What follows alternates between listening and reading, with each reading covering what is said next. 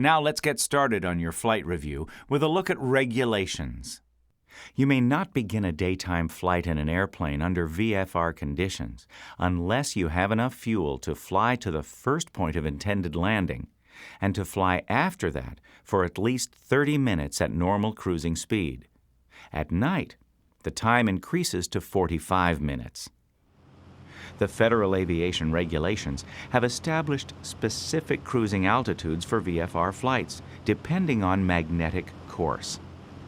All airplanes operating under VFR in level cruising flight, more than 3,000 feet above the surface, must maintain the appropriate altitudes as stated in the FARs unless otherwise authorized by ATC.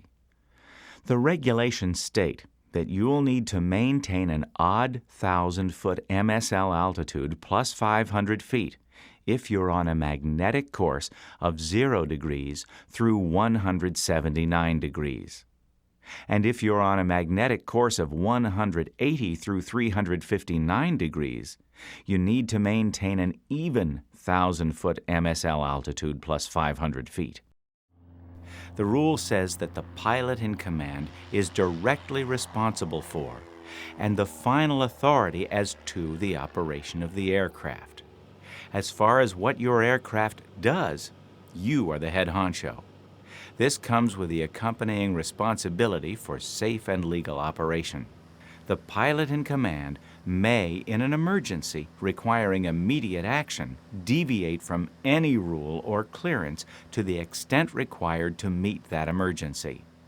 If requested by the administrator, the pilot shall send a written report of any deviation from a rule to the administrator.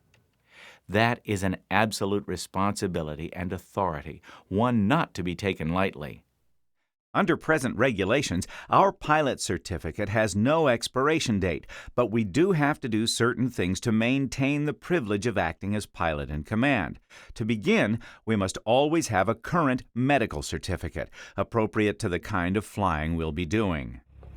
Personal and business flying requires a third-class medical and a private certificate. If we fly for hire, we need a second-class medical and a commercial certificate.